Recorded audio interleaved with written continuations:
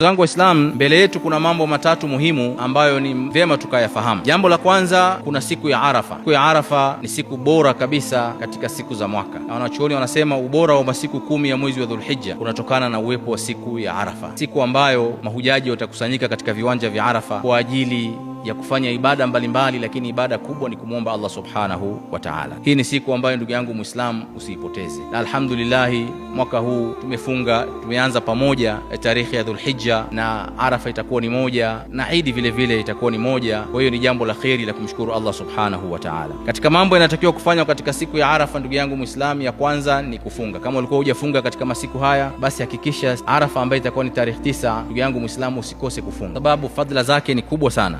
Sallallahu alaihi wasallam anasema, siyamu yaumu Arafa, kufunga siku ya Arafa, ahtasibu ala Allahi an yukaffira as-sana allati qablahu, natarajia kwa Mwenyezi Mungu atakayefunga atasamehewa mwaka uliopita, wasanati allati ba'dahu, na mwaka unaokuja. Mtu atasamehewa miaka miwili madhambi yake aliyoyafanya kwa kufunga siku moja tu, masaa 12 kuanzia asubuhi mpaka maghrib. Kwa hii ni fadhila kubwa sana ambayo inapatikana katika siku hii ya Arafa. Lakini vile vile Mwenyezi Mungu subhanahu wa ta'ala anajisifu kwa viumbe wake walioko mbinguni na kuwaonyesha jinsi gani ambavyo viumbe wake waliopo ardhini wanamlilia na kumwomba Allah subhanahu wa ta'ala kwa dua mbalimbali. Siku hii ndugu yangu Muislam, kithirisha sana kumwomba Mwenyezi Mungu subhanahu wa ta'ala, sababu ndio siku bora ya kuomba dua, na Mtume sallallahu alaihi wasallam anasema, khairu duai duau yaum Arafa, dua iliyokuwa bora kabisa ni dua ambayo mtu anaiomba siku ya Arafa. Shida zako zote ulizonazo ambazo zimekosa ufumbuzi, iwe ni za maradhi, iwe ni za riziki, iwe ni familia, iwe ni watoto, iwe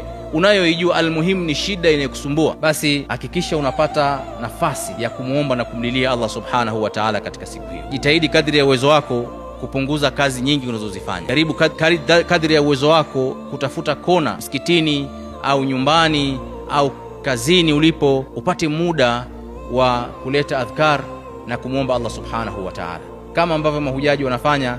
Na wewe ukiwa umefunga, fanya hivyo hivyo, na hii ni mujarrab, na dua zako zitapokelewa na Allah subhanahu wa ta'ala. Jambo la pili ambalo liko mbele yetu ndugu zangu Waislamu ni swala ya Eid na kuchinja. Kuchinja ni sunna muakkada, sunna iliyokokotezwa, bali madhhab ya Imam Abu Hanifa inasema ni wajib, lakini jumhurul ulama wanasema ni sunna muakkada kuchinja. Na hii kuchinja imetokana na kile kichinjo ambacho alikombolewa nacho Ismail alayhi salam, badala ya kumchinja mtoto wake akapewa kondoo.